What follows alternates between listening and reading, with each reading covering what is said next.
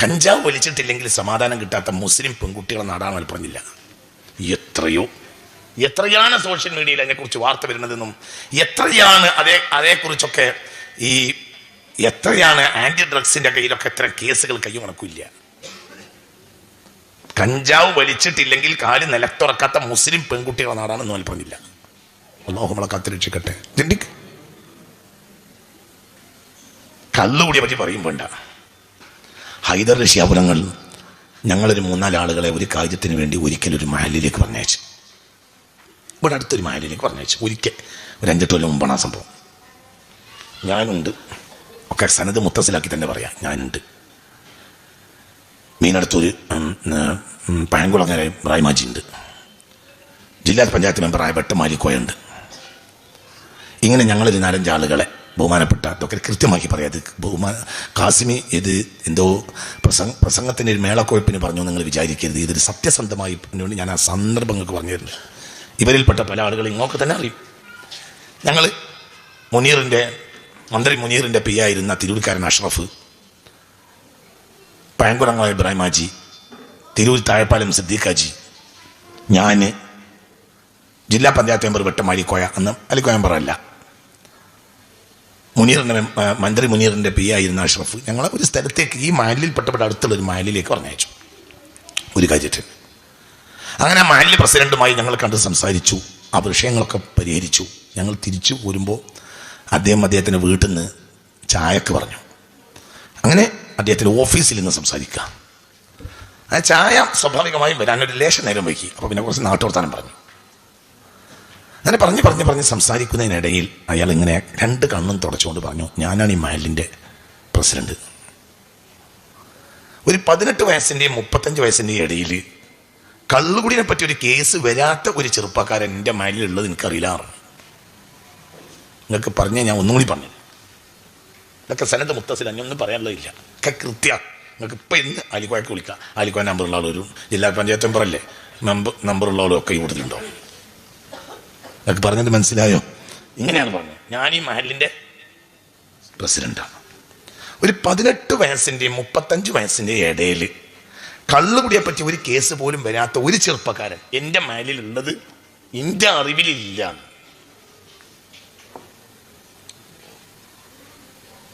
നമ്മളടുത്ത മഹലിൽ ഒരു മഹലിൽ ഇവിടെ അടുത്ത പരിസരത്തൊരു മഹലിൽ അയാൾ കരിഞ്ഞു, കണ്ണിങ്ങനെ തുറച്ച്. പിന്നെ ഞങ്ങൾ വണ്ടി കയറി. സിദ്ദീഖിൻ്റെ വണ്ടിയിലാണ് വരുന്നത്. പിന്നെ ഞങ്ങൾ ഇങ്ങനെ ഹൈവേ കൂടി ഇങ്ങനെ വന്നു ഏകദേശം ഇവിടെ അങ്ങനെ ഈ ഭാഗത്ത് ഇവിടെ എത്തിയപ്പോൾ നമ്മൾ ചില സന്ദർഭത്തിൽ നമുക്ക് പരിസരം മറന്നുപോലോ. അപ്പോഴാണ് ഇവിടെ എവിടെയോ എത്തിയപ്പോഴാണ് ഞങ്ങൾക്ക് തോന്നിയത് ഞങ്ങൾ അവിടുന്ന് ഇതുവരെ വർത്താനം പറയാതെയാണ് പോരുന്നത്. നിങ്ങൾക്ക് പറഞ്ഞത് മനസ്സിലായില്ല. നമ്മൾ വർത്താനം പറയൂല, വർത്താനം പറയണില്ല എന്ന വിവരം നമ്മളോട്ട് അറിയണമില്ല. നിങ്ങൾക്ക് പറയുന്നത് മനസ്സിലാണില്ല. അതായത് അയാളടുത്തുനിന്ന് കയറിയിട്ട് ഞങ്ങൾ വണ്ടി കയറി പോരുമ്പോൾ ഞങ്ങൾ എത്രയോ ദൂരം വണ്ടി ഓടിച്ചു. ഒരു സിദ്ദീഖാജി വണ്ടി ഓടിക്കുന്നുണ്ട്, ഞാൻ അതിൻ്റെ അപ്പുറത്തിരിക്കുന്നുണ്ട്, വെട്ടമാലിക്കോയ അപ്പുറത്തിരിക്കുന്നുണ്ട്. ഞങ്ങൾ ആരും മിണ്ടണില്ല. എത്രയോ കിലോമീറ്റർ വണ്ടി ഓടിച്ച് ഇങ്ങനെ പോകുന്നു. ഇവിടെ ഈ നാഷണൽ ഹൈവേൻ്റെ ഈ ഏരിയയിൽ എവിടെയോ എത്തിയപ്പോൾ ആരോ കൂട്ടത്തിൽ പറഞ്ഞു, നമ്മളിപ്പോൾ എല്ലാ കുറേ വർത്താനം പറയാതെ നമ്മൾ മിണ്ടാതിരുന്നിട്ട് കാര്യം ഇപ്പം എന്താണ്? അപ്പോൾ ആരും മിണ്ടണില്ല. എന്താ മിണ്ടാതിരിക്കാൻ കാരണം എന്നറിയോ? ദുഃഖം, മനസ്സിലെ ദുഃഖം. അല്ലാഹു നമ്മളെ കാക്കട്ടെ, ഉറക്കെ പറ അല്ലാഹു കാക്കട്ടെ. അപ്പം ഞാൻ അവിടെ ഇരുന്ന് വണ്ടിയിലിരുന്ന് ഞാൻ അവരോട് പറഞ്ഞ്, നമുക്കിപ്പോൾ ഇതിലൊരു ദുഃഖമുള്ളത് കൊണ്ടാണ് നമുക്ക് മിണ്ടാൻ കഴിയാത്ത. ഇനി ഒരു കാലം വരും, അക്കാലത്ത് ദുഃഖിക്കാനും ആളുണ്ടാവില്ല. അപ്പം നമുക്ക് ദുഃഖെങ്കിലും ഉണ്ട്. ഇത് പറഞ്ഞത് മഹൽ പ്രസിഡന്റാ. ആ മഹലിൻ്റെ പേര് ഞാൻ അക്കാലം വരെ പറഞ്ഞിട്ടില്ല, പറയൂല. മഹലിനെ പറ്റി നിങ്ങളാരും പേടിക്കണ്ട. മഹലിനെ പറ്റി പറഞ്ഞ് മാനം കെടുത്തും പറഞ്ഞവരും പേടിക്കണ്ട. ഇത് മാനക്കെട്ട് നിർത്താനുമല്ല. ഇതൊക്കെ ഏത് മഹലും നമ്മളെ മഹൽ തന്നെയല്ലേ? പറയും മനുഷ്യന്മാർ. മൂത്തരാണെങ്കിലും അച്ഛനമ്പലാണെങ്കിലും ഒക്കെ നമ്മളെ മഹല്ല. ഏത് കുട്ടി നമ്മൾ കുട്ടിയാണ്. ഹാക്ക് ഞാൻ ഇന്നും ഈ വയറിന് ഇരിക്കാനുള്ള കാരണം എൻ്റെ റബ്ബ് എനിക്ക് തന്ന തൗഫീഖാണ്. എനിക്കൊരൊറ്റ കുട്ടി അന്യ കുട്ടിയെ തോന്നാറില്ല. ഇതൊക്കെ നമ്മൾ കുട്ടികളാണ്. ഐറ്റങ്ങൾ നന്നായാൽ നമുക്ക് ലാഭമാണ്, ഐറ്റം നാശമായാൽ നമുക്ക് നഷ്ടമാണ്. അങ്ങനെ തന്നെയല്ലേ? പറയും ഏതൊരാൾ കുട്ടി നമ്മൾ കുട്ടിയാണ്. ഏതൊരു കുട്ടി നമ്മൾ കുട്ടിയാണ്. ഏത് കുട്ടി നമ്മൾ കുട്ടിയാണ്. 10 മണി 11 മണി നേരത്ത് ബസറയിൽ നിന്ന് ബഗ്ദാദിലേക്ക് യാത്ര ചെയ്യുമ്പോൾ അടിച്ച് കയറുന്ന വണ്ടിയിൽ ഇങ്ങനെ യാത്ര ചെയ്തിട്ടുണ്ട് ഞാൻ. കുട്ടികൾ ഇങ്ങനെ നടക്കും ആടിൻ്റെ കണ്ണിൻ്റെ പിന്നാലെ. 11, 12, 13 ഭയങ്കര വേദനിക്കും, മനസ്സിലിങ്ങനെ വേദനിക്കും. എന്തുകൊണ്ട്? ഇറാഖിൽ മര്യാദക്ക് പല ഗ്രാമങ്ങളിലും സ്കൂളും മദ്രസയില്ല. നമ്മളെ കുട്ടികളെ നടക്കണമൊക്കെ. വിദ്യാഭ്യാസമില്ലാത്തൊരു ജനതക്ക് പുരോഗതി ഉണ്ടാവില്ല. ജൂതൻ അവിടെയും ജയിച്ച്. നിങ്ങൾക്ക് പറഞ്ഞത് മനസ്സിലായില്ല. ജൂതന്റെ ലക്ഷ്യം എന്തായിരുന്നു? സദ്ദാമിനെ കൊല്ലൽ മാത്രമല്ല, ഒരു ജനതയുടെ സന്തുലിതാവസ്ഥ നശിപ്പിക്കുക. സന്തുലിതാവസ്ഥ നശിപ്പിച്ചാൽ എഡ്യൂക്കേഷൻ നശിക്കും. നിങ്ങൾക്ക് പറയുന്നത് മനസ്സിലായോ? ഇപ്പോഴും ഇവിടെ ചില ആളുകൾ നമ്മളെ ഭീഷണിപ്പെടുത്തുകയാണ്. ഇവർക്കറിയാം അറബിക്കടലിലേക്ക് എറിഞ്ഞാൽ തീരൂല. പിന്നെ എന്താ പറയുക ഉദ്ദേശം? നമ്മുടെ ഈ ഒരു സന്തുലിതാവസ്ഥ നശിപ്പിക്കുക. അങ്ങനെ വരുമ്പോൾ നമ്മുടെ വിദ്യാഭ്യാസം തകരും. വിദ്യാഭ്യാസം തകർന്നാൽ അവരുടെ ഉദ്ദേശം നടക്കും. അള്ളാഹു നമ്മളെ കാക്കട്ടെ. എന്തുകൊണ്ട്? വിദ്യാഭ്യാസമില്ലാത്തൊരു ജനതക്ക് ഒരിക്കലും പുരോഗതി ഉണ്ടാവില്ല. അള്ളാഹു നമ്മളെ കാത്ത് രക്ഷിക്കട്ടെ. നമ്മളോട് പരിശുദ്ധ ഖുർആൻ ആദ്യം തന്നെ പറഞ്ഞത് ഇഖ്റ ബിസ്മി റബ്ബിക്കല്ലദീ ഖലഖ ഖലഖൽ ഇൻസാന മിൻ അലഖ ഇഖ്റ വറബ്ബുകൽ അക്രമുല്ലദീ അല്ലമ ബിൽ ഖലമി അല്ലമൽ ഇൻസാന ഇഖ്റ. വൈക്ക് പഠിക്കുന്ന പറഞ്ഞ് ഒരു ജനതയുടെ പുരോഗതിയുടെ ആധാരം വിദ്യാഭ്യാസമാണ്. ചിന്തിക്കും. അപ്പോൾ ഇത് ഞാൻ പറയാൻ കാരണം എന്താ? ഇറാഖിലെ കുട്ടികളെ നോക്കിയിട്ട് മനസ്സ് വേദനിക്കും. പലപ്പോഴും ഞാൻ അങ്ങനെ കണ്ടിട്ടുണ്ട്. എൻ്റെ ജീവിതത്തിൽ ഞാൻ കണ്ടിട്ടുള്ള വളരെ ദുഃഖാർദ്രമായ കാഴ്ചകളിൽപ്പെട്ട ഒരു കാഴ്ച. ഇറാഖിൽ ബഗ്ദാദിൻ്റെയും ബസറയുടെയും ഇടയിൽ കുട്ടികൾ 10 മണി 11 മണി നേരത്തെ ഇങ്ങനെ കുട്ടികൾ 10, 11, 12, 13 വയസ്സായ കുട്ടികൾ ആടുമേച്ച് നടക്കുന്നത് കാണുമ്പോൾ, അതും തിങ്കൾ ചൊവ്വ ബുധനൊന്നും ദിവസം അവധിയുള്ള ഒരു നാടും ഇല്ലല്ലോ, ഒരു സ്കൂളും ഇല്ലല്ലോ. ചിന്തിക്കണമെന്ന് എൻ്റെ വിഷയം തകർന്നുപോയി. എവിടെ പോയി? ഇതൊക്കെ നമ്മളെ മക്കളാണ്. ഒരു കുട്ടി കള്ളുടിച്ചാൽ അത് നമ്മളെ കുട്ടിയാണ്. ഒരു കുട്ടി നന്നായി പ്രസംഗിക്കണുണ്ടാൽ അത് നമ്മളെ കുട്ടി തന്നെയാണ്. ആ പ്രസംഗം സമുദായത്തിന് ഉപകരിക്കും. അള്ളാഹു തൗഫീഖ് തരട്ടെ. അതാരാണെങ്കിലും ഒരു നല്ല ലേഖനം വായിച്ചാൽ നമുക്ക് സന്തോഷം തോന്നും. എന്തുകൊണ്ട്? നമ്മുടെ സമുദായത്തിൽ ഒരാളുണ്ടായി. നമ്മൾ ചിന്തിക്കും. നമ്മളിൽ ഒരാൾക്ക് കരുത്തുണ്ടായി നമ്മൾ അഭിമാനിക്കും. ഗാന്ധിജി പ്രസംഗിക്കാൻ വന്നിട്ടുണ്ട് കേരളത്തിൽ. അന്ന് പ്രസംഗം പരിഭാഷപ്പെടുത്തിയത് മുസ്ലിമായ മനുഷ്യനാണ്. പാർശ്വവൽക്കരിക്കപ്പെട്ട സമുദായത്തിന്റെ പുത്രൻ ഒരു മുസ്ലിമായ മനുഷ്യനാണ്. ഗാന്ധിജിയുടെ പച്ചവെള്ളം പോലെ അനർഘമായ മനോഹരമായ പ്രഭാഷണം പരിഭാഷപ്പെടുത്തിയത് ബീപ്പോക്കർ സാഹിബാണ്. ഒരു നന്മ ഉണ്ടായി നമ്മൾ സന്തോഷിക്കും. കാരണം അത് ഈമാന്റെ ഭാഗം. അള്ളാഹു നമ്മൾ നന്നാക്കി തരട്ടെ. ഒരു കുട്ടിയെ നല്ല രീതിയിൽ നമ്മൾ സന്തോഷിക്കണം. നമ്മളെ കുട്ടിയാണ്. ഇനി ഹിന്ദുവിൻ്റെ കുട്ടിയെ നല്ല രീതിയിൽ സന്തോഷിക്കണം. നന്മയാണ്. നന്മയ്ക്ക് എപ്പോഴും 100 വയസ്സാണ്. ഏത് നല്ലോനും ഒന്നാണ്. ഹിന്ദു ആയാലും മുസ്ലിം ആയാലും നല്ലത് ചെയ്തവനൊക്കെ ഒരു കുടുംബമാണ്. ഇത് അങ്ങനെ തന്നെയല്ലേ? പറയും മനുഷ്യന്മാരെ, അങ്ങനെ തന്നെയല്ലേ? എല്ലാവരും കുടുംബമാണ്. അതന്നെയാണ്. ഹിന്ദു ആയാലും മുസ്ലിം ആയാലും നല്ലത് ചെയ്തവൻ ഒരു കുടുംബമാണ്. ചിന്തിക്കുക. നിങ്ങൾ ചിന്തിക്കണം. റെഡ് ഫോർട്ടിൽ പ്രസംഗം നടന്നുകൊണ്ടിരിക്കുന്ന നേരത്തെ റെഡ് ഫോർട്ടിലെ തൊട്ടടുത്ത പള്ളിയിൽ നിന്ന് ബാങ്ക് കൊടുത്ത് ഗാന്ധിജിയും നെഹ്റുവും ഒക്കെ ഉണ്ട് പ്രസംഗത്തിൻ്റെ വേദിയിൽ. അബുൽ കലാം ആസാദ് ഉണ്ട്, മൗലാന ത്വയ്ബ് സാഹിബ് ഉണ്ട്, അങ്ങനെ പലരുമുണ്ട്. സർവീൻ ഇന്റർനാഷണൽ കോൺഗ്രസിൻ്റെ പ്രസിഡന്റ് പോലും അന്ന് മുസ്ലിമാണ്. റെഡ് ഫോർട്ടിലെ പള്ളിയിൽ നിന്ന് ബാങ്ക് കൊടുത്തപ്പോൾ ബാങ്ക് കേട്ട സമയത്ത് പ്രസംഗത്തിന് നിൽക്കുന്ന മുസ്ലിമാണ് പ്രസംഗിച്ചുകൊണ്ടിരിക്കുന്നത്. വേദിയിൽ മുസ്ലിമുണ്ട്, പുറത്ത് മുസ്ലിമുണ്ട്, ഗാന്ധിജിയുണ്ട്, നെഹ്റു ഉണ്ട്, പട്ടേലുണ്ട്. പ്രസംഗം നിർത്തി. ത്വയ്ബ് സാഹിബ് അടക്കം, ബഹുമാനപ്പെട്ട അബുൽ കലാം ആസാദ് അടക്കം വേദിയിൽ നിന്ന് അങ്ങനെ ഇറങ്ങിപ്പോയി. അടുത്ത പള്ളിയിൽ പോയി നിസ്കരിച്ചു. അവർ വരുന്നത് വരെയുള്ള 3/4 മണിക്കൂർ നേരം ഒരക്ഷരം മിണ്ടാതെ അവിടെ ഇരുന്നു ഗാന്ധിജി. എന്തുകൊണ്ട്? ഇവരെല്ലാം ഒരു കുടുംബമാണ്. എന്ത് അങ്ങനെ തന്നെയല്ലേ? പറയും മനുഷ്യന്മാരെ. എന്ത്? വേറൊരാളെ പ്രസംഗിപ്പിച്ചത് പോലുമില്ല. അവിടെ പ്രാർത്ഥന നടക്കുന്നുണ്ട്. 3/4 മണിക്കൂർ കഴിഞ്ഞ് ദിക്റും ഔറാദും ചൊല്ലി തിരിച്ചു വരുന്നത് വരെ വേദിയിൽ ഒരാളെ മിണ്ടാൻ സമ്മതിച്ചില്ല അത് ഗാന്ധിജി. എന്തുകൊണ്ട്?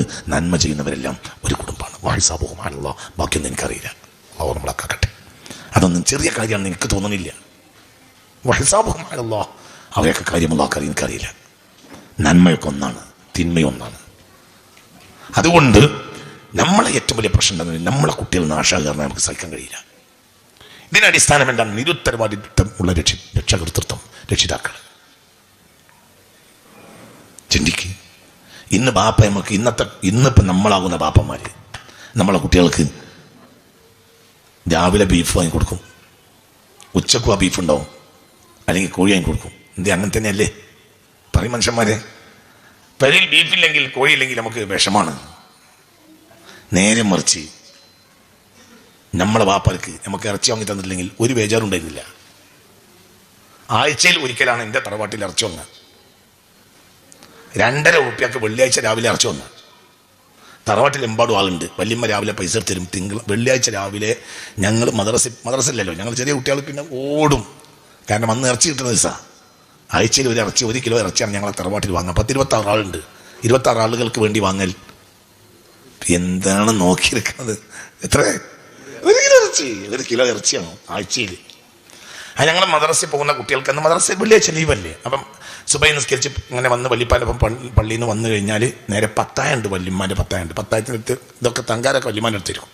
അപ്പോൾ വല്യമ്മാൻ്റെ റൂമിൽ അങ്ങനെ ചെന്ന് നിന്നാൽ വല്യമ്മ ഇങ്ങനെ ഈ പകുതി ഇരുട്ടാണ്. പത്തായം പൊരയിൽ എന്നൊരു പകുതി ഇരുട്ടുണ്ടാവും. ഏത് നാട്ടിൽ ചേർത്തുണ്ടാവും. വല്യമ്മാൻ്റെ പത്തായപ്പൊരയിൽ ഇരുട്ടുണ്ടാവും. അപ്പോൾ അവിടുന്ന് ഇങ്ങനെ വല്യമ്മ അങ്ങനെ 50 പൈസ അങ്ങനെ എണ്ണി തരും. 2.5 ഉറുപ്പ്യ 50 പൈസ 50 പൈസ അല്ലേ, അതൊരു 5 എണ്ണം എണ്ണി തന്ന് കോഴിക്കോട് നിറയും. അങ്ങനെ ഞങ്ങൾ ഇറച്ചിപ്പീടിയേക്ക് 3 കിലോമീറ്റർ പായണം. ഞങ്ങൾ പോയും. പിന്നെ സ്കൂളിൽ പോകുമ്പോഴത്തിന് ഇറച്ചി വാങ്ങി കൊടുത്ത് പോയാൽ ഞങ്ങൾ തിരിച്ചു വരുമ്പോഴത്തിന് എന്താവും, അന്ന് ഉച്ചക്ക് ഇറച്ചി വെച്ചിട്ടില്ലെങ്കിൽ ഞങ്ങൾക്ക് ബാക്കി ഉണ്ടാവും. അല്ലെങ്കിൽ വൈകുന്നേരം എല്ലാവർക്കും കൂടി കഴിക്കും. ഒരു ദിവസം ഞങ്ങൾ വല്യപ്പാൻ്റെ കൂടെ പള്ളിയിൽ പോയി വന്ന് നേരെ കയറി എന്തോ ഒരു ചായ കുടിച്ച്, വെള്ളിയാഴ്ച അല്ലേ എന്ന് പറഞ്ഞാൽ ഞങ്ങൾ 2-3 ആളുകളുണ്ട്. ഞങ്ങൾ ഈ മദ്രസയിൽ പോണ എൻ്റെ പ്രായക്കാരായ ആളുകളാണ്. ഞങ്ങളാണ് പോയ. പത്തായപ്പൊരി ചെന്നപ്പോൾ വല്യമ്മ അങ്ങനെ ഇരിക്കുക, പൈസ തരുന്നില്ല. എന്തെന്ന് വെച്ച് കുഞ്ഞർമ്മ വന്ന് പറഞ്ഞ് 3 ഉറുപ്പ്യ ആയിട്ടുണ്ട് അത്ര, ഈ ആഴ്ച മുതൽ നമുക്ക് ഇനി ഇറച്ചി വാങ്ങാൻ കഴിയൂല. മനസ്സിലായില്ല. അടുത്ത പ്രക്കാരൻ കുഞ്ഞർമ്മ എന്ന് പറഞ്ഞ ഒരാളുണ്ട്. ആ കുഞ്ഞർമ്മ ഇന്നലെ വന്ന് വല്യമ്മാനോട് പറഞ്ഞിട്ടുണ്ട്, എന്ത് അജ്മേ ഈ ആഴ്ച മുതൽ ഇറച്ചിക്ക് 3 ഉറുപ്പ്യാണ്. അതോടുകൂടെ ഇറച്ചി മുടങ്ങി. പിന്നെ 2 ആഴ്ച ഇറച്ചി വാങ്ങില്ല. എന്താ ഇതിൻ്റെ പേരിൽ? എന്താണ് അച്ഛനമ്പലത്തേരങ്ങൾ ഇന്നെ നോക്കി പേടിപ്പിക്കുന്നത്? 50 പൈസ കൂടിയതിൻ്റെ പേരിൽ അതിലും വിഷമല്ല. ഇങ്ങനെ വിഷമല്ല. വല്യമാക്കും വിഷമല്ല. ഇറച്ചി വേണ്ട, ഒരു പ്രശ്നമില്ല, ഒരു കുഴപ്പമില്ല. ഇന്നിപ്പോൾ നമ്മൾ 300 ഉറുപ്പ്യാണെങ്കിലും നമ്മളെ കയ്യിൽ പൊന്താനുള്ള ഇറച്ചി വാങ്ങും. എന്നിട്ട് നമ്മളെ കുട്ടികളെ പോറ്റും. മുമ്പ് എൻ്റെ ബാപ്പ എന്നോട് എപ്പോഴും പറഞ്ഞിരുന്നൊരു കഥ ഉണ്ട്. ഒരു ഒസ്സാൻ്റെ മകനും രാജാവിൻ്റെ മകനുമാണ് ചങ്ങന്മാരായ കഥ. എൻ്റെ ബാപ്പ അതിനോട് 100 വട്ടമൊന്നുമല്ല പറഞ്ഞത്. ഇടക്കിടക്ക് പറയും ബാപ്പ. ഒസ്സാൻ്റെ മകനും രാജാവിൻ്റെ മകനും കൂടെ ഒപ്പം പഠിക്കാൻ പോകും. അങ്ങനെ ഇൻറ്റിമേറ്റ് ഫ്രണ്ട്സായി 2 ആളും. ഒരാൾ ഒസ്സാൻ്റെ മകൻ, ഒരാൾ പറ രാജാവിന്. അങ്ങനെ ഇൻറ്റിമേറ്റ് ഫ്രണ്ട്സായി.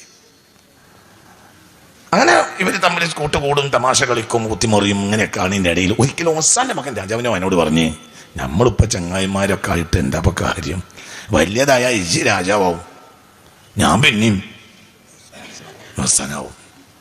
ഇതിപ്പോൾ ഇന്നല്ലെങ്കിൽ നാളെ നമ്മളെ പിരിയൽ കഴിഞ്ഞാൽ പിന്നെ ഇന്നൊന്നും കണ്ട ഇജൊന്നും അറിയുന്നല്ല എന്ന്. അപ്പോൾ രാജാവിൻ്റെ മകൻ പറഞ്ഞ്, അതിന് ഇജി പേടിക്കണ്ട, ഞാനെങ്ങാനും രാജാവാണെങ്കിൽ എന്നെ പ്രധാനമന്ത്രിയാക്കുന്നതാണ്. ഉറപ്പല്ലേ? ഉറപ്പാണ്. അങ്ങനെ കുറേ കാലം കഴിഞ്ഞ് രാജാവ് പെട്ടെന്നൊന്നും മരിച്ചില്ല. ഒസ്സം മരിച്ചപ്പോൾ ഉസ്സാൻ്റെ മകൻ അങ്ങാടിയിൽ ബാർബർ ഷാപ്പിട്ട്. അങ്ങനെ ബാർബർ ഷാപ്പിട്ട് ഇതിൻ്റെ ബാപ്പാൻ്റെ കഥയാണ്. ബാപ്പയോട് നാളെ പഠിച്ച് നിനക്കറിയില്ല.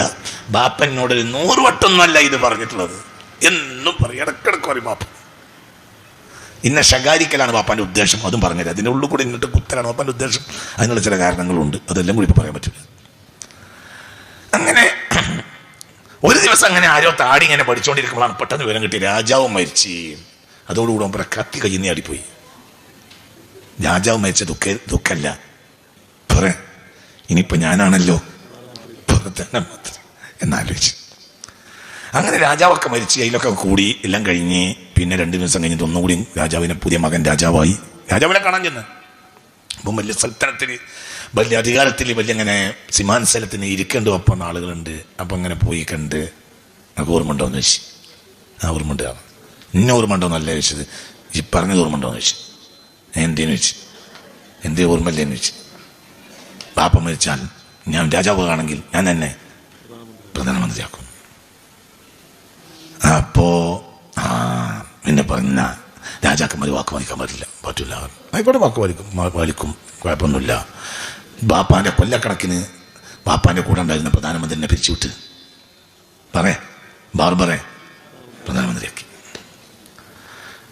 പിന്നെ അങ്ങനെ ഭരണം നടത്തുന്നതിൻ്റെ ഇടയിൽ പ്രധാനമന്ത്രി രാജാവിനോട് പറഞ്ഞ്, നമ്മളെ നാട്ടിൽ നമ്മളെ ബാപ്പാൻ്റെ കാലത്തും യുദ്ധം ഉണ്ടായിട്ടില്ല, വല്യാപ്പാൻ്റെ കാലത്തും യുദ്ധം ഉണ്ടായിട്ടില്ല, നമ്മക്കങ്ങനത്തെ പ്രശ്നമൊന്നുമില്ല. നമ്മളെ രാജ്യത്തിൻ്റെ വരുമാനത്തിൻ്റെ 65% തിന്നുന്നത് പട്ടാളക്കാരാണ്. ആ പട്ടാളക്കാരാണ് പിരിച്ചുവിട്ടാൽ അത്രയും പൈസ നമുക്ക് ഖജനാവിൽ ലാഭിക്കാം. അപ്പൊ രാജാവിന് തോന്നി, അടട ശരിയല്ലേ വർത്താനം. അങ്ങനെ എന്ത് ചെയ്ത് പട്ടാളത്തിന് പിരിച്ചുവിട്ട്. പട്ടാളത്തിനാണ് പിരിച്ചുവിട്ട് നോക്കുമ്പോൾ ഭയങ്കര ലാഭം. ആ മാസം അടുത്ത മാസമൊക്കെ ഭയങ്കര പൈസ ബാക്കി. അതിൽ രാജാവ് പ്രധാനമന്ത്രിനെ പിടിച്ച് കെട്ടിപ്പിടിച്ച്, ഇസി ചെയ്ത ഉപകാരം ഞാൻ ഒരിക്കലും മറക്കൂല. 1-2 മാസം കഴിഞ്ഞപ്പോൾ പരിസരത്തെ രാജാക്കന്മാർ വിവരറിഞ്ഞ് ഈ രാജ്യത്തോട് അവർ കളിക്കാതിരുന്നത് ഈ രാജ്യത്തിന് സുശക്തമായ ഒരു സൈന്യം ഉണ്ടായതുകൊണ്ടാണ്. സൈന്യം പിരിച്ചുവിട്ടപ്പോൾ അയൽവാദ്യത്തെ രാജാക്കന്മാർ ഒന്നിച്ചു കയറിയെന്ന് മാത്രമല്ല, പിടിച്ചടക്കി അങ്ങാറുകൾ, ബജാറുകൾ, ഗോഡൗണുകൾ, മാർക്കറ്റുകളൊക്കെ പിടിച്ച് കൊട്ടാരത്തിലേക്ക് കയറി. അപ്പോൾ രഹസ്യവാതിലൂടെ ഇറങ്ങി പാഞ്ഞ് രാജാവും പ്രധാനമന്ത്രിയും പെരുമ്പാച്ചി പായുന്നതിനിടയിൽ രാജാവ് പ്രധാനമന്ത്രിയോട് പറഞ്ഞ്, എൻ്റെ വാക്ക് കേട്ടിട്ട് ഞാൻ എൻ്റെ ബാപ്പാൻ്റെ മുതൽ നാശാക്കിയ. അപ്പോൾ പ്രധാനമന്ത്രി പറഞ്ഞ്, ഇങ്ങളെ ബാപ്പാൻ്റെ മുതൽ പോയാലും എൻ്റെ ബാപ്പാൻ്റെ മുതൽ ബാക്കിയുണ്ട്, നമുക്ക് കൈമ കഴിഞ്ഞൂടാ. അപ്പോൾ രാജാവ് വിചാരിച്ച് എവിടെയെങ്കിലുമൊക്കെ കാര്യമായി എന്തെങ്കിലും പാഞ്ഞ് ഒരു പുഴക്കരയിലെ പാറപ്പുറത്ത് ഇങ്ങനെ ഇരിക്കുമ്പോൾ ഒന്ന് കുഴക്ക മാറ്റി കഴിഞ്ഞപ്പോൾ ചോദിച്ച്, എവിടെയാണ് എൻ്റെ ബാപ്പാൻ്റെ മുതൽ? അപ്പോൾ എന്ത് ചെയ്ത്, അരിയെന്ന് ഒരു കല്ലും കത്തിയെടുത്ത്, വേറൊരു കല്ലും കത്തി അതും എടുത്ത്, എന്നിട്ട് പറഞ്ഞ്, ഒന്ന് ബാപ്പനെ പഠിപ്പിച്ചതാണ്, ഒന്ന് ബാപ്പ ഉപയോഗിച്ചതുമാണ്, എനിക്കിതിൽ പറഞ്ഞ ഏത് തിരഞ്ഞെടുക്കാറോ? നിങ്ങൾക്ക് പറഞ്ഞാൽ മനസ്സിലായോ? ഇതിൻ്റെ ബാപ്പനെ പഠിപ്പിച്ചൊരു കഥയാണ്. നമ്മൾ ഇന്നത്തെ ഈ കുട്ടികളെ, ഈ നിരുത്തരവാദികളായ മക്കളെ ഇവിടുത്തെ സംഘടനയും പള്ളി മദ്രസ ഏൽപ്പിച്ചാൽ രാജാവിൻ്റെ ഗതിയമൊക്കോ. അല്ലാഹു നമ്മളെ കാക്കട്ടെ. ഇതാണ് പ്രശ്നം. നമ്മളെ ഏറ്റവും വലിയ പ്രശ്നം, പൗരത്വ ബില്ലൊക്കെ പ്രശ്നമല്ലേ, പ്രശ്നമാണ്. അതിനേക്കാൾ വലിയ പ്രശ്നം നമ്മളെ പുതിയ തലമുറയാണ്. അവർക്ക് നിരുത്തരവാദികളാണ്. അവർക്കൊരു ബോധമില്ല, അവർക്ക് നേതാവിനറിയില്ല, അവർക്ക് നേതൃസ്ഥാനം എന്താണ് അവരോടുള്ള ബാധ്യത അറിയില്ല. ഇതൊക്കെ ഇവിടെ എങ്ങനെ ഉണ്ടായി അറിയില്ല, ഇതെങ്ങനെ ഉണ്ടായി അറിയില്ല. ഇതൊന്നും ഒരു ദിവസം കൊണ്ട് ഇവിടെ ഉണ്ടായിരുന്നില്ല. നമ്മൾ ചിന്തിക്കണം. ഇതിന്റെ പിന്നിൽ വലിയൊരു കഷ്ടപ്പാടുണ്ട്. വളരെ സമരപരമായ ഒരു ജീവിതം കഴിഞ്ഞുപോയി. മുണ്ട് മുറുക്കി കൊടുത്ത സൂഫിയാക്കളും സ്വാലിഹ്യങ്ങളും ഉമറാക്കളും കഷ്ടപ്പെട്ട് പടുത്തുയർത്തിയതാണ് ഇന്ന് ഈ സ്ഥാപനങ്ങളും അറബി കോളേജും പള്ളിയും ഇതൊക്കെ നിലനിൽക്കുന്നത്. അല്ലാഹു ഇസ്സത്ത് നമുക്ക് നിലനിർത്തി തരട്ടെ. അത് നിരുത്തരവാദികളുടെ കയ്യിൽ ഏൽപ്പിക്കപ്പെട്ടാൽ സമുദായം തകർന്നു. ഇതാണ് ഏറ്റവും വലിയ പ്രശ്നം. ഞാൻ നീട്ടി പറയുന്നില്ല. അതിനെന്താ പരിഹാരം രക്ഷിതാക്കൾ ജാഗരൂകരാകുക എന്നുള്ളതാണ്. ഞാൻ നീട്ടി പറയുന്നില്ല. ഇത് പറഞ്ഞു തീരുന്ന പ്രശ്നമല്ല.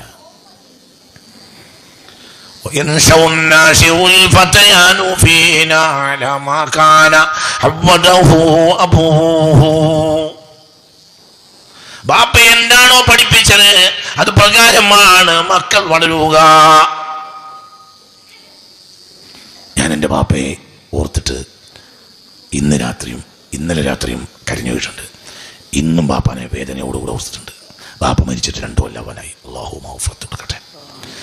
എന്നാൽ ഒരു നിലക്ക് വളരെ ശകാരിച്ചും ശിക്ഷിച്ചും ഗുണദോഷിച്ചുമാണ് എൻ്റെ ബാപ്പ എന്നെ വളർത്തിയത്. അക്കാലത്ത് ബാപ്പ നമുക്കൊരു ശല്യമായി തോന്നിയിരുന്നു. പക്ഷെ ഇപ്പോൾ എനിക്ക് വേദനയോടുകൂടെ അല്ലാതെ ബാപ്പാനെ ഓർക്കാൻ കഴിയില്ല, കരഞ്ഞിട്ടല്ലാതെ ഓർക്കാൻ കഴിയില്ല. എന്തുകൊണ്ട്? ബാപ്പാൻ്റെ ഗുണദോഷങ്ങൾ അത്ര വലുതായിരുന്നു. ഒരു കാലത്ത് നമ്മളെ കരയിലുള്ള പല ആളുകളും കുട്ടികളും കളിക്കുകയും ചിരിക്കുകയും ഓടുകയും, അവർ സിനിമക്ക് പോയും, അവർ ഡാൻസ് കാണാൻ പോയും, അവർ നാടകം കാണാൻ പോയും, സർക്കസ്. അന്ന് നിലമ്പൂർ ഭാരത സർക്കസ് വരും വേനലായാൽ. മൂത്തടുത്ത് നമ്മളെ മാലിൽ ഭാരത സർക്കസ് കാണാൻ പോകാത്ത ഒറ്റ മനുഷ്യൻ ഞാനാണ്. എനിക്കതിൻ്റെ അത് ആറാമായാലോ എന്നൊന്നും അന്ന് അറിഞ്ഞിട്ടല്ല പോകാഞ്ഞത്. സമ്മതിക്കൂല. ആര് പറയും? അപ്പോൾ നമുക്കൊരു മാനക്കേട് തോന്നും. എന്തുകൊണ്ട്? ക്ലാസ്സിലിരുന്നാൽ ഓരിതിൻ്റെ കഥ പറയും. ഭാരത സർക്കസിനെയും അതിന് ഊഞ്ഞാലി ചാടുന്നേയും അങ്ങനെ ചാടുന്നേയും ഇങ്ങനെ ചാടുന്നേയും ഒക്കെ. ആ കാലത്ത് ഹജ്ജിനെ പറ്റിയൊരു സിനിമ വന്നിരുന്നു. ആ സിനിമ മൂത്തേടത്ത് എല്ലാവരും കണ്ടു. അതും കാണാത്തൊരു മനുഷ്യൻ ഞാനാണ്. അപ്പോഴും ബാപ്പാനോട് ദേഷ്യം തോന്നി. നിങ്ങൾ എൻ്റെ കൂടെ അല്ലേ മനസ്സിലാവുന്ന പറഞ്ഞത്? ഹജ്ജിനെ പറ്റിയൊരു സിനിമ വന്നിരുന്നു പണ്ട് പണ്ട് പണ്ട് പണ്ട് ഞാൻ കുട്ടിയാ കണ്ടിട്ട്. അപ്പൊ ഹജ്ജിന്റെ സിനിമയല്ലേ എന്ന് പറഞ്ഞിട്ട് കുറെ ആളുകൾ അത് പോയി കണ്ടിരുന്നു. ബാപ്പ അതിനും പറഞ്ഞയച്ചില്ല. കാരണം സിനിമ എന്നല്ലേ പറയാ, സിനിമയല്ലേ. അത് ഹജ്ജായാലും ഉംറയാണെങ്കിലും സിനിമ തന്നെയാണ് ഉണ്ടാവും. അതുകൊണ്ട് സ്കൂളിലും മദ്രസയിലൊക്കെ അങ്ങനെ ഇരിക്കുമ്പോൾ അവര് ആ സിനിമകളിൽ പോയി നടന്ന രസങ്ങളും കാര്യങ്ങളും അവിടെ നടന്ന ഓട്ടവും ചാട്ടവും കുത്തും ചവിട്ടും ഇടിയും പാട്ടും ഇങ്ങനെ പറയും. പിന്നെ ഊഞ്ഞാലിലാടുന്നത് പറയും. ഭാരത സർക്കസിൽ നിന്ന് ഇങ്ങനെ ഒരാൾ അങ്ങോട്ട് ചാടും ഇങ്ങോട്ട് ചാടും ഇതൊക്കെ ഇങ്ങനെ പറഞ്ഞാൽ അതിങ്ങനെ പെരുപ്പിച്ച വർത്താനം പറയും. നമ്മളങ്ങനെ നമുക്ക് പഴയ കാലത്ത് നത്ത് ഇറ്റിക്കണ്ണിയിൽ നോക്കിയിരിക്കാന്ന് പറയും. എന്നതുപോലെ ഇങ്ങനെ നത്തിരിക്കുമ്പോൾ ഇരിക്കാനല്ലാതെ എന്നെ സംബന്ധിച്ചിടത്തോളം ഒന്നിനും കഴിയില്ല. കാരണം നമ്മളതൊന്നും കണ്ടിട്ടില്ല, അറിയില്ല. അപ്പോഴൊക്കെ നമുക്കൊരു അപകർഷത പോലെ തോന്നും. ആരെപ്പറ്റി? ബാപ്പാനെ പറ്റി. ഇവർക്കൊക്കെ ഉണ്ടായ ഏതെങ്കിലും ഒരു ബാപ്പാക്ക് എനിക്ക് ജനിക്കുന്നല്ല പടച്ചോനെ എന്നും തോന്നും. കൊല്ലങ്ങൾ കഴിഞ്ഞു. ഇപ്പോൾ ഇന്ന് നേരം പുറത്തിട്ട് ഞാൻ എൻ്റെ ബാപ്പാനെ ഒത്തു ദുഃഖിച്ചിട്ടുണ്ട്. കാരണം ആ മനുഷ്യൻ വഴി കാട്ടിയിട്ടില്ലെങ്കിൽ നമുക്ക് ഈ ബോധം ഉണ്ടാവില്ല. അള്ളാഹു അവർക്ക് മൗഫറത്ത് കൊടുക്കട്ടെ. ഹക്കൻ എൻ്റെ ഹക്ക് പറയാൻ ഞാൻ ഉമ്മാനോട് ഇന്ന് ഞാൻ വീട്ടിൽ നിന്ന് ഇറങ്ങുന്ന നേരത്തെ ഉമ്മാനോട് പറയും. അപ്പോൾ ഉമ്മയൊന്ന് കരിഞ്ഞ്, പെങ്ങളുണ്ടായിരുന്നു, അവരും കരിഞ്ഞ്. ഒരു കാലത്ത് നമുക്ക് ഒരു സ്വാതന്ത്ര്യം തരാത്ത വാപ്പയാണ് സത്യത്തിൽ നമുക്ക് ഏറ്റവും ഉപകാരം ചെയ്ത വാപ്പ. എന്തുകൊണ്ട്? ബാപ്പയുടെ ഉപദേശങ്ങൾ. നമുക്ക് തോന്നിയത് അന്ന് വാപ്പാക്ക് എന്നോട് സ്നേഹമില്ല എന്നാണ്.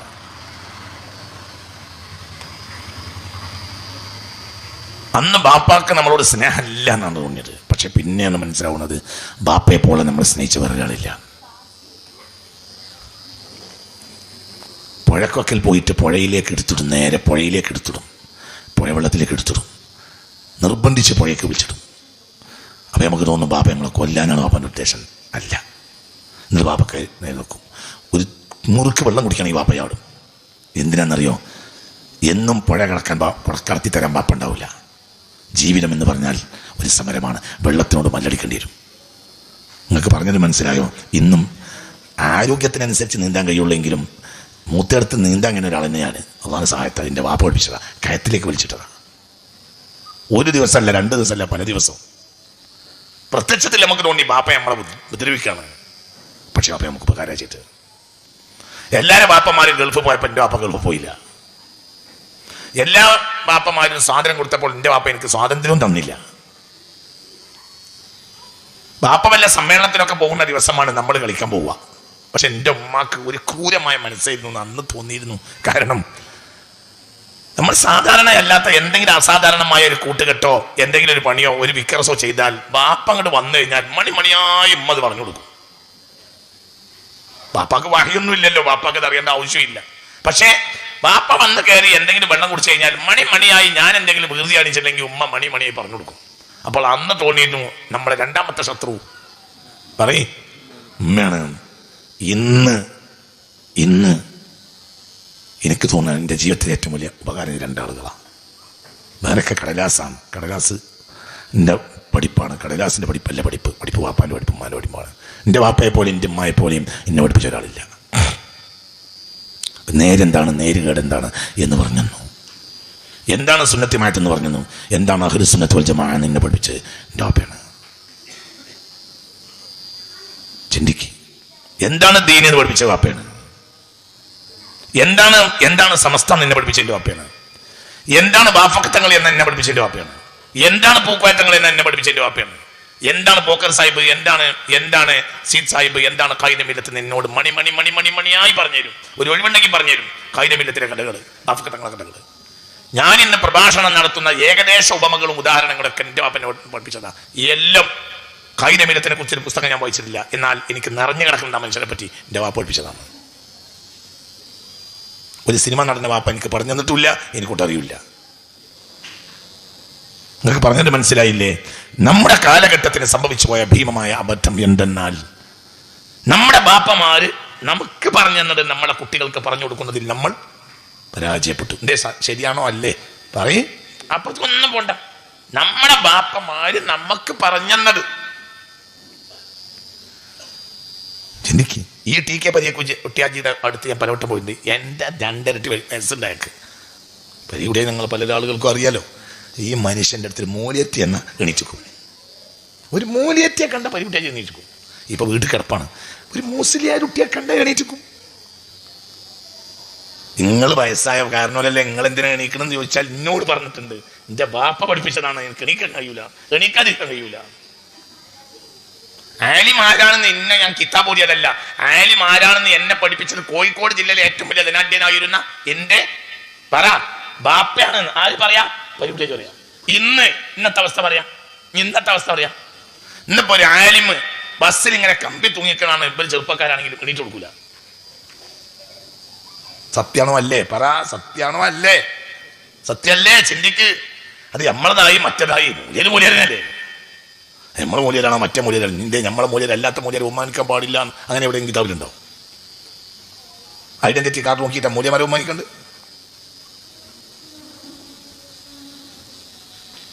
മൂല്യമാരെ ബഹുമാനിക്കുന്ന പോലെ ഗ്രൂപ്പിന്റെ ഐഡന്റിറ്റി കാർഡ് നോക്കണോ? ആലിമല്ലേ? ഏതാണെങ്കിലും ആലിമല്ലേ? മനസ്സിലാവുണ്ട് നിങ്ങൾക്ക് പറഞ്ഞത്? ബാക്കിയൊക്കെ ഐസാ ബഹുമാനമുള്ള അലിമിനെ ബഹുമാനിക്കണ്ടേ? ഒരു ബസ്സിന്റെ സീറ്റിൽ നിന്ന് ഇഞ്ഞു കൊടുക്കൂല. ചിന്തിക്ക്. ഒരു ബസ്സിന്റെ സീറ്റിൽ ഇഞ്ഞു കൊടുക്കൂല. കൈപ്പറ്റ ബീരാൻകുട്ടി മുസ്ലിയാരെ കുറിച്ച് ഇന്ത്യ ഉസ്താദ് എനിക്ക് പറഞ്ഞു തന്നൊരു കേട്ടുണ്ട്. കൈപ്പറ്റ ബീരാൻകുട്ടി മുസ്ലിയാർ പടന്നയിൽ റിസർച്ച് ചെയ്തിരുന്നു. അവരുടെ ഉസ്താദാണ് ബഹുമാനപ്പെട്ട കുത്തുബി മുഹമ്മദ് മുസ്ലിയാർ. പടന്നയിൽ ദർസ് നടത്തുന്ന കാലത്ത് പടന്ന അകത്തെ പള്ളിയിൽ 100 ശിഷ്യന്മാർക്ക് ദർസ് നടത്താണ് ആര്? കൈപ്പറ്റ ബീരാൻകുട്ടി മുസ്ലിയാർ. ആ സന്ദർഭത്തിൽ ആരോ ഓടിക്കരച്ച് പള്ളി കയറി വന്ന് പറഞ്ഞു അത്രേ, കുത്തുബി മുഹമ്മദ് മുസ്ലിയാർ, കുത്തുബി ഉസ്താദ് ബഹുമാനപ്പെട്ടവര് തൃക്കരിപ്പൂര് ബസ് ഇറങ്ങിയിട്ടുണ്ട്, അവരെ വീട്ടിൽ വിശ്രമിക്കുന്നുണ്ട്, ഇപ്പോൾ ഇങ്ങോട്ട് പുറപ്പെടുന്നു പറഞ്ഞിട്ടുണ്ട്. തൃക്കരിപ്പൂരിൽ നിന്ന് പടന്നേക്ക് 6 കിലോമീറ്ററാണ്. ചിന്തിക്കണം. സ്വന്തം ഉസ്താദായ കേരളം കണ്ട ആലിമായ പണ്ഡിതനായ കുത്തുബി മുഹമ്മദ് മുസ്ലിയാർ തൃക്കരിപ്പൂര് ബസ് ഇറങ്ങിയിട്ടുണ്ട് എന്ന വിവരം ബഹുമാനപ്പെട്ട കൈപ്പറ്റ ബീരാൻകുട്ടി മുസ്ലിയാർ കേട്ടപ്പോൾ അദ്ദേഹം ദർസ് ഹാളിൽ എണീറ്റുന്നു. പിന്നെ ഇരുന്നിട്ടില്ല, പിന്നെ ഇരുന്നതന്നില്ല. ഇത് എന്നെ പഠിപ്പിച്ചത് എന്റെ ഉസ്താദ് അനിക്കടത്തിൽ ഖാദർ മുസ്ലിയാരാണ്. അല്ലാഹു ആ ജനതക്ക് നിഅമത്ത് കൊടുത്തു, നിറഞ്ഞ നിഅമത്ത്. അവർ ഹിദായത്തിലായി ജീവിച്ച് ഹിദായത്തിൽ മരിച്ചു. എന്തുകൊണ്ട്? അവർക്ക് ആലിമിനെ പറ്റി ബോധമുണ്ട്, അവർക്ക് സയ്യിദിനെ പറ്റി ബോധമുണ്ട്. ചിന്തിക്ക്. ഇതൊക്കെ എടുത്തു കളയാനുള്ള സംഘടനകൾ ഇവിടെ പ്രവർത്തിച്ചു. ആ സംഘടനയെ അറിഞ്ഞോ അറിയാതെയോ ആ സംഘടനകൾ നമ്മയും സ്വാധീനിച്ചു. ഇന്നെല്ലാം ഒരു കളിയായി മാറുക, ഒക്കെ കളിയാ എല്ലാം. ഇന്ന് വൈകുന്നേരവും കേരളത്തിലെ എത്രയോ മലബാറിലെ എത്രയോ ടൗണുകളിൽ പെണ്ണുങ്ങളെ പ്രകടനം നടന്നിട്ടുണ്ട്. ഇന്ന് നടന്നിട്ടുണ്ട് മലബാറിൽ, മലപ്പുറം ജില്ലയിലും കോഴിക്കോട് ജില്ലയിലും. മലപ്പുറം ജില്ലയിൽ നടന്നിട്ടുണ്ട്. ഇന്ന് പെണ്ണുങ്ങൾ മുദ്രാവാക്യം വിളിച്ച് നടക്കുക. ആസാദി ആസാദി കയ്യും കുട്ടി പെണ്ണുങ്ങൾ നടക്കുക. എന്തതിൻ്റെ ദീന്? എന്തതിൻ്റെയൊക്കെ അവസ്ഥ? പറഞ്ഞാൽ ആരെയും കേൾക്കുവോ? പറഞ്ഞിട്ട് കാര്യമുണ്ടോ? എന്താണ് ഇതിൻ്റെയൊക്കെ മായന? എന്താണ് നമ്മുടെ സമുദായപ്പായി പോയത്? أفتؤمنون ببعض الكتاب وتكفرون ببعض فما جزاء من يفعل ذلك إلا خزي في الحياة الدنيا. കിതാബിന്റെ കുറച്ച് ഭാഗം എടുക്കുകയും കുറച്ച് ഭാഗം ഉപേക്ഷിക്കുകയും ചെയ്താൽ فما جزاء من يفعل ذلك إلا خزي في الحياة الدنيا. ഒരു പ്രതിസന്ധി ഘട്ടത്തിൽ പെണ്ണുങ്ങൾ ഇറങ്ങേണ്ടി വരില്ലേ? പ്രതിസന്ധി ഘട്ടത്തിൽ കള്ളുടിക്കേണ്ടി വരില്ലേ? അതിന് ഇപ്പൊ തന്നെ കുടിക്കണം. പ്രതിസന്ധി ഘട്ടത്തിലല്ലേ? അടുത്ത കർക്കിടക മാസത്തിൽ മഴ വരുന്ന കാലത്ത് നമുക്ക് ജലദോഷം ഉണ്ടായിക്കൂടെ? അതിനിപ്പോൾ തന്നെ നമ്മൾ വിക്സ് നമ്മൾ കേൾക്കണം. അടുത്ത കൊല്ലം വർഷം ഉണ്ടായിക്കൂടെ? പറയും മനുഷ്യന്മാരെ. അടുത്ത കൊല്ലം മഴ പെയ്തൂടെ? മഴ പെയ്താൽ ഭൂമിക്ക് വെള്ളം ഇറങ്ങിക്കൂടെ? ആ വെള്ളം നമ്മളെ മൂർത്താവൊക്കെ ഇറങ്ങിക്കൂടെ? അപ്പോൾ അത് മൂർത്താവുന്ന താഴേക്ക് ഇറങ്ങി നമ്മളെ തരിമുക്കൊക്കെ ഇറങ്ങിക്കൂടെ? അപ്പൊ നമുക്ക് ജലദോഷം പിടിച്ചൂടെ? അപ്പോൾ നമ്മൾ ഇപ്പൊ തന്നെ കേറ്റ മൂക്കില് മിക്സ്.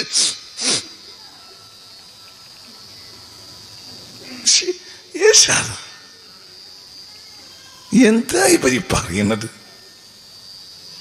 അത് വരുമ്പോ നോക്കിയ പോരെ. എല്ലാത്ത മന്നുള്ളിൽ അടുവി, ശത്രുവിനെ നിങ്ങൾ കാത്തിരിക്കരുത്, ശത്രു വരാൻ നിങ്ങൾ കുതിച്ചു നടക്കരുതെന്ന് മുഹമ്മദ് മുസ്തഫ.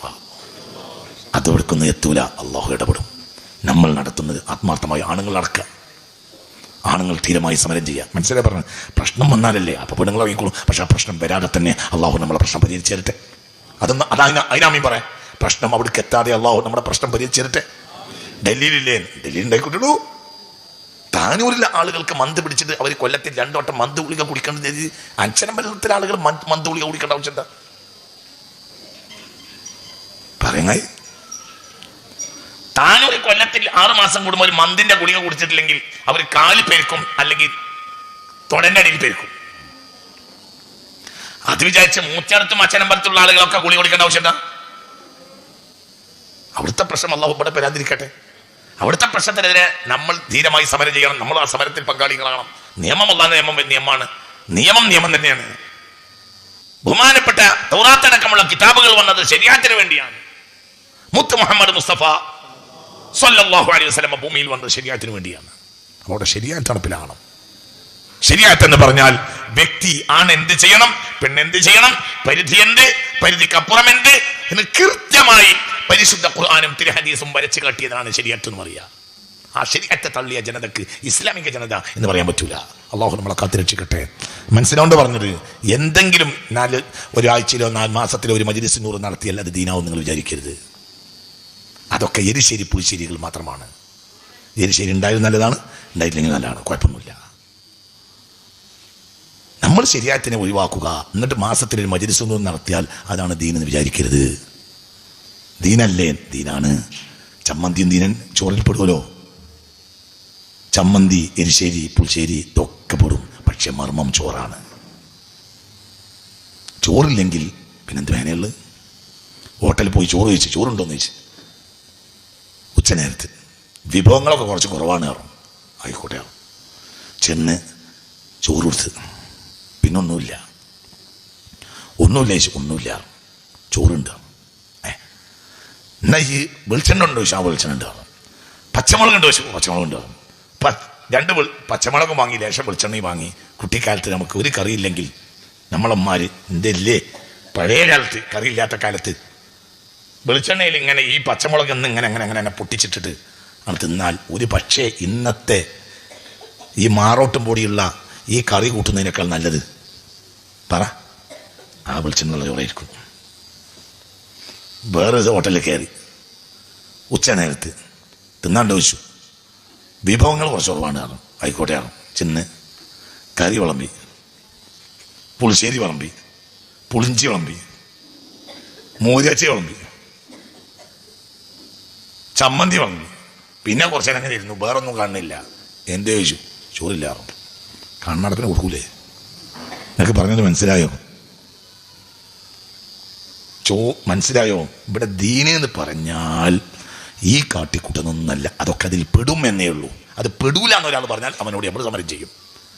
മജ്‌ലിസ് നൂർ ദീനല്ല എന്ന് പറഞ്ഞാൽ അവനെതിരെ നമ്മൾ സമരം ചെയ്യും. എന്നാൽ മാസത്തിൽ മജ്‌ലിസ് നൂർ നടത്തുക, പിന്നെ അതിൻ്റെ അപ്പുറം നമുക്ക് ദീനൊന്നുമില്ല, നിയമമൊന്നും നമുക്ക് ബാധകമല്ലെങ്കിൽ അതിന് ദീനെന്ന് പറയില്ല. തലയിൽ കിട്ടുന്നത് സുന്നത്തായി കിട്ടണമെങ്കിൽ നമ്മൾ ഔറത്ത് മറക്കണം. മനസ്സിലായോ നിങ്ങൾക്ക്? ബാലിട്ട് തലയിൽ കിട്ടുന്നത് നല്ലതല്ലേ? ആ നല്ലതാണ്. ബാലം കെട്ടുകൊണ്ടും ബാലുള്ള തലയിൽ കെട്ടുകൊണ്ട് പെരടി കൂടി മറക്കാൻ കഴിഞ്ഞാൽ നല്ല ശക്തിയായ സുന്നത്താണ്. പക്ഷെ അവന് ഉടുപട ഉണ്ടാവണം. തുണി ഇല്ലാതെ തലയിൽ കെട്ടിയാൽ അതിന് പിരാന്ത് എന്ന് പറയും. അത് ഊളം പറയിക്കുന്ന കേസാണ്. അതിന് സുന്നത്ത് എന്നല്ല പറയാം. നിങ്ങൾ എൻ്റെ കൂടെ ഉണ്ടോ? ശരിയായിട്ട് പാലിക്കാൻ തയ്യാറാകാത്ത ഈ കാട്ടിക്കൂട്ടുന്ന കളികൾക്ക് നാടക ചൂഷണങ്ങൾ എന്നല്ലാതെ ദീന് പറയാൻ പറ്റില്ല. ദീന് ശരിയത്തുൽ ഇസ്ലാമാണ്. ശരിയാത്ത് നടപ്പിലാക്കേണ്ടത്. അള്ളാഹു ശരിയാത്തിന് അതിൽ സുന്നത്ത് അത് ഫർളാണ്, വാജിബാണ്. സുന്നത്ത് സുന്നത്താണ്, ഹറാമാണ്. ഹറാമിൽ നിന്ന് മാറി അള്ളാഹിൻ്റെ പൊരുത്തം മാത്രം നടത്താൻ അള്ളാഹു നമുക്ക് തൗഫീഖ് തരട്ടെ.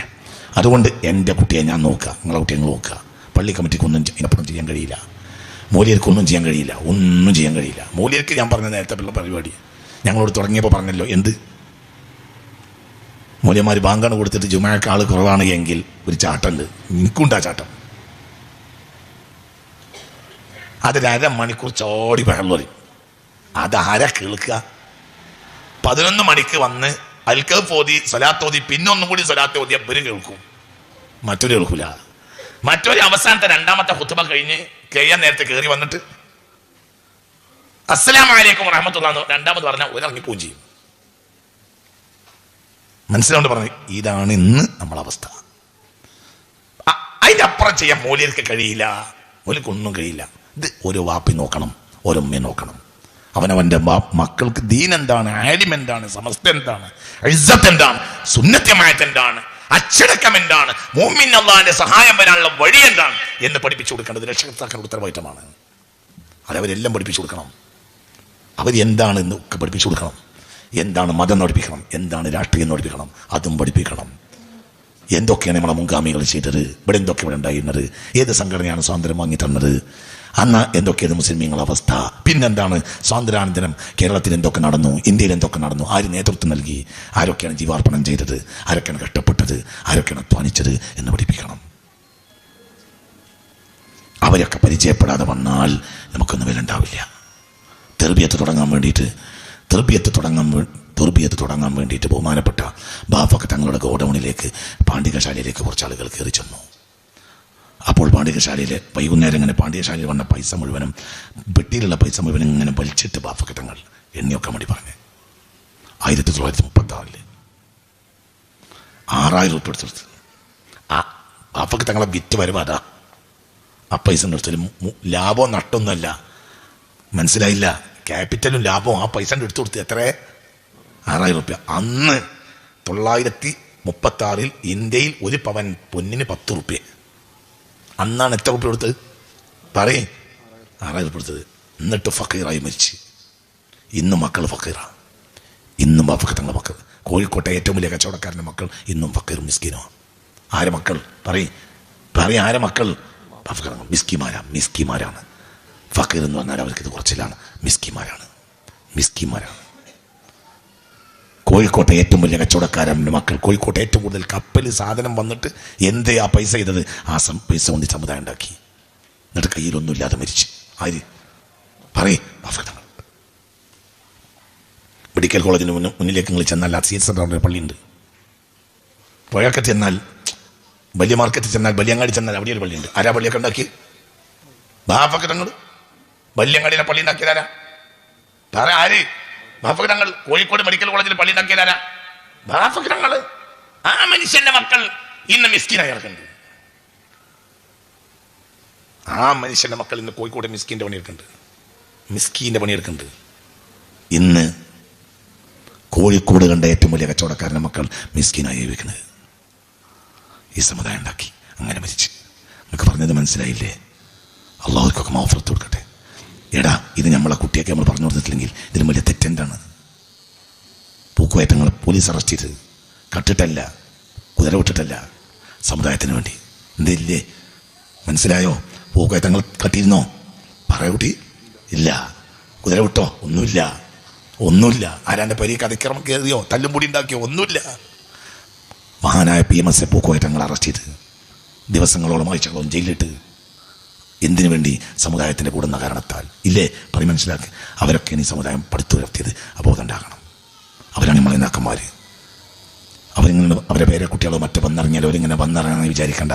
അവരെ വാപ്പന്മാർ കഷ്ടപ്പെട്ടതിനാണ് ഈ സമുദായം. അള്ളാഹു തആല അവർക്കൊക്കെ മഗ്ഫിറത്ത് കൊടുക്കട്ടെ. മനസ്സിലാക്കണം, ഇത് പഠിപ്പിച്ചു കൊടുക്കേണ്ട ഉത്തരവാദിത്തം ബാപ്പാക്കാണ്. ഇനി ബാപ്പ നേരെ എതിര് പഠിപ്പിച്ചു കൊടുക്കും. മൂല്യമാർ തട്ടിപ്പാണ്, തങ്ങന്മാർ തട്ടിപ്പാണ്. മൂല്യരൊക്കെ തട്ടിപ്പ്, തങ്ങളൊക്കെ തട്ടിപ്പ്. കണ്ട മൂല്യമാരൊക്കെ തട്ടിപ്പാണെന്ന് പറയും. ഒരു സദസ്സിലിരുന്നാലും ഒരു പുരയിലിരുന്നാലും ഒരു മൂല്യരെ പറ്റി കുറ്റേ പറയുള്ളൂ പുരയിൽ. എന്നാൽ മൂല്യമാർക്ക് കുറ്റല്ലേ? ആർക്കട അവിടെ കുറ്റമില്ലാട്ട്? ആർക്ക? ഡ്രൈവർമാർക്ക് കുറ്റല്ലേ? കച്ചവടക്കാർക്ക് കുറ്റല്ലേ? കൃഷിക്കാർക്ക് കുറ്റല്ലേ? രാഷ്ട്രീയക്കാർക്ക് കുറ്റല്ലേ? മൈക്കക്കാർക്ക് കുറ്റല്ലേ? ഭാവി മനുഷ്യന്മാർ ആർക്കട അവിടെ കുറ്റമില്ലാട്ട്? ഏത് പണിയിലുണ്ടാവും കുറ്റം, എന്ത് പണിയും കുറ്റം. കൃതി ഉണ്ടാവും. ബാപ്പാൻ്റെ ഉത്തരവാദിത്തം കുറ്റം പറഞ്ഞു കൊടുക്കല്ല. ഇത് ജനിക്കുമ്പോൾ തന്നെ കുട്ടികൾ വളർന്ന് പഠിക്കുമ്പോൾ തന്നെ പഠിക്കണം മൂല്യന്മാരൊക്കെ തട്ടിപ്പാണ്, മറ്റേ മൂല്യരെ കുറ്റം, മറിച്ച മൂല്യരെ കുറ്റം. ഇത് പൊരിയെന്ന് പറയും. എന്നാൽ കുറ്റമുള്ള മൂല്യന്മാരില്ലേ? ഉണ്ട്. അതിൽ പൊരിയെന്ന് പറയണ്ട. ഇത്ര പോകുന്ന കുട്ടികളത് കേട്ട് വളർന്ന മോശമാണ് എന്നൊക്കെ പറയുന്നത് മനസ്സിലായോ? ഈ അടുത്ത കാലത്തുണ്ടായിട്ടുള്ള ചില അഭിപ്രായക്കേടുകൾ പുരയിൽ വളർത്തിയതെന്താ? മുസ്ലിംമാരെ കുറിച്ച് ഒരു വിഭാഗം മക്കളെങ്കിലും തെറ്റായി മനസ്സിലാക്കി. എന്നാ കുറ്റല്ലേ? ആർക്കവിടെ കുറ്റല്ലാട്ടാരാ?